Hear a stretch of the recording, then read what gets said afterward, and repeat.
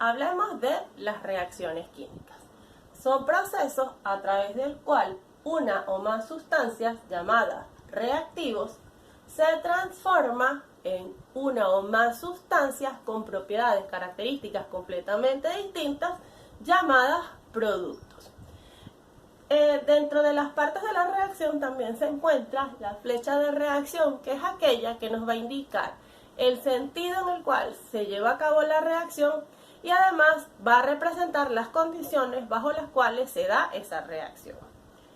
También podemos conseguir como definición de reacción química, que es cuando dos sustancias A y B reaccionan o se unen para formar dos sustancias completamente distintas llamadas, que aquí en el ejemplo general, C y D. Vamos a ver ahora las diferencias entre un cambio físico y un cambio químico. En los cambios físicos no hay formación de nuevas sustancias, no hay cambio en la estructura de la materia. La mayoría de los cambios físicos son reversibles y solamente hay un cambio de estado. Yo les traje acá el ejemplo del hielo. Fíjense ustedes que el hielo se encuentra en estado sólido, es el agua en estado sólido, que se derrite hasta llegar al estado líquido, se funde hasta llegar al estado líquido. Entonces de aquí podemos ver que está ocurriendo es un cambio físico, porque está pasando del estado sólido al estado líquido. Solamente ocurrió un cambio de estado. No se formaron nuevas sustancias porque sigue siendo agua, por lo tanto tampoco cambió la estructura porque igual sigue siendo agua. Y este cambio físico es reversible, porque si esa agua que está en estado líquido yo la introduzco en el refrigerador, es decir, le disminuyo la temperatura, ella la voy a devolver al estado sólido. Otro cambio físico es, por ejemplo, que tengo este papel. Si yo lo rompo, no hay formación de nuevas sustancias. Aquí hubo un cambio físico, él sigue siendo papel. Lo único que no diríamos que es reversible, porque para volver a obtener la hoja lo que tengo es que pegarla con cinta plástica y aquí ya no es reversible. Los cambios químicos, por su parte, en ellos sí hay formación de nuevas sustancias. Por lo tanto, cambia la estructura de la materia, son irreversibles y hay cambio de olor, color y sabor. Como por ejemplo, en el caso del papel, si yo lo caliento, ¿verdad? Si yo lo quemo con el yesquero, fíjense ustedes que cambia el color de la orillita, lo pueden hacer en casa, cambia el color, hay llama y ustedes pueden percibir que cambia el olor del papel. Ese humo que ustedes ven ahí no es más que vapor de agua que se está desprendiendo. Entonces estas son las diferencias entre un cambio químico y un cambio físico. Ya les hablé de que hay un lenguaje que se usa en cuanto a las reacciones químicas. El signo más quiere decir que es una sustancia que reacciona con otra o que se forma con otra. No es que se están sumando como en matemáticas. Si aparece una S minúscula como subíndice encerrada entre paréntesis, quiere decir que esa sustancia se encuentra en estado sólido. Si aparece una L en estado líquido y si aparece una G en estado gaseoso. Ahora bien, si lo que aparece dentro del paréntesis son las letras AC, significa que esa sustancia se encuentra en solución acuosa. Si aparece una flecha apuntando hacia arriba al lado de la sustancia, esa sustancia se desprende o se libera. Y si aparece la flecha hacia abajo, esa sustancia está precipitando, se está formando en estado sólido. Un triángulo sobre la línea de la reacción nos dice que esa reacción se da en presencia de calor, es decir, que necesita un punto de calor, una temperatura un poco más alta para poderse llevar a cabo. Una línea en forma de zigzag sobre la flecha de reacción nos indica que esa reacción se da en presencia de electricidad. Esto que dice cat es que la reacción se da con un catalizador.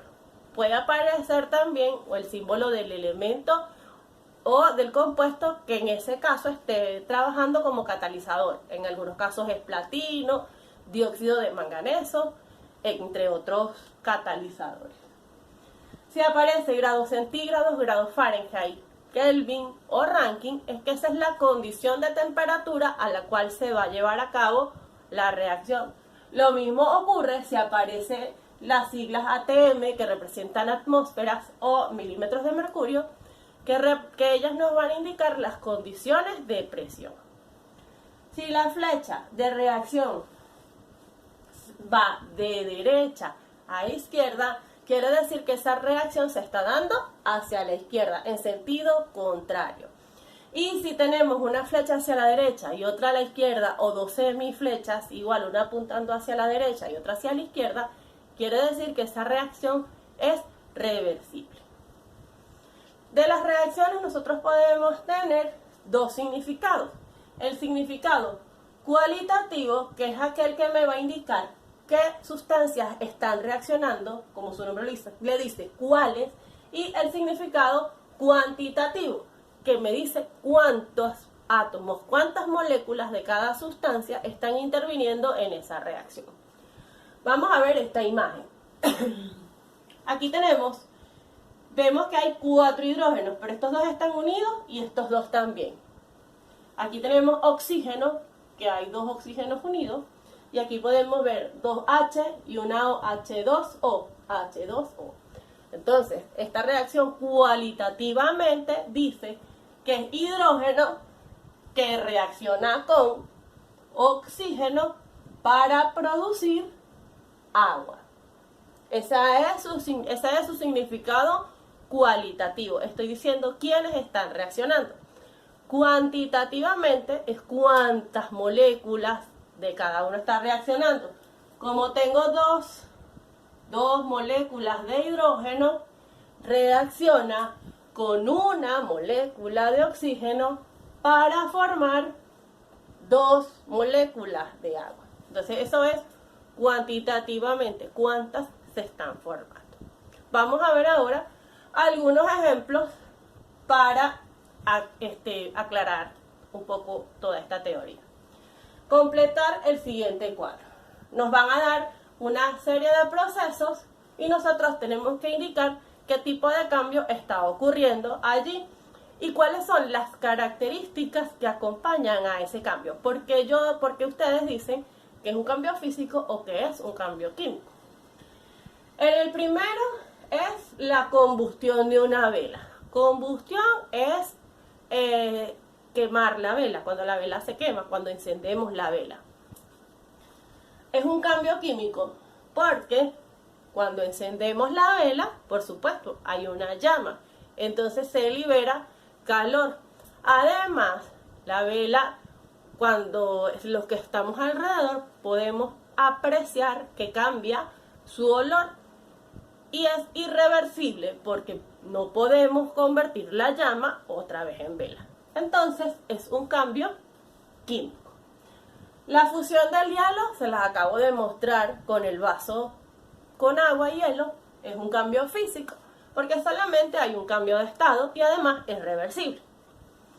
Lo mismo ocurre con la evaporación de un perfume. Cuando tenemos la botella del perfume, podemos apreciar que si el ambiente está muy caluroso, se ven algunas gotitas en el frasco, en la parte de adentro. Esto quiere decir que el perfume se evaporó dentro, pero que la temperatura del frasco hizo que se condensara.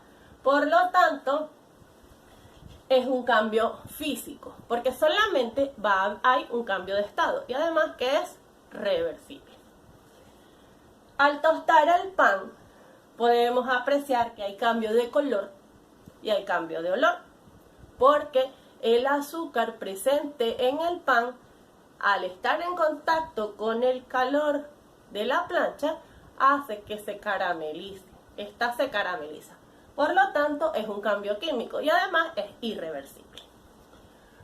Veamos ahora para el siguiente ejemplo, que es escribir el significado cualitativo y cuantitativo de las siguientes reacciones. Vemos que Na2O en estado sólido reacciona con H2O en estado líquido para formar NaOH en solución acuosa. Todo esto lo tengo que escribir en forma de párrafo para poder decir cuál es el significado cualitativo y además escribirle el nombre correspondiente a cada sustancia. No voy a escribir Na2O, sino que eso es óxido de sodio. Entonces yo voy a escribir óxido de sodio en estado sólido que reacciona con agua en estado líquido para producir hidróxido de sodio en solución acuosa. Aquí no importa el sistema que usted utilice para nombrar los compuestos. Se recomienda para los hidróxidos, los óxidos, los hidruros, las sales aloideas, el sistema estequiométrico. Vamos ahora con el significado cuantitativo. En el cuantitativo, recuerden que vamos a decir cuántas moléculas o cuántos átomos de cada sustancia están interviniendo en la reacción. Y esto lo vamos a hacer relacionando dos sustancias a la vez.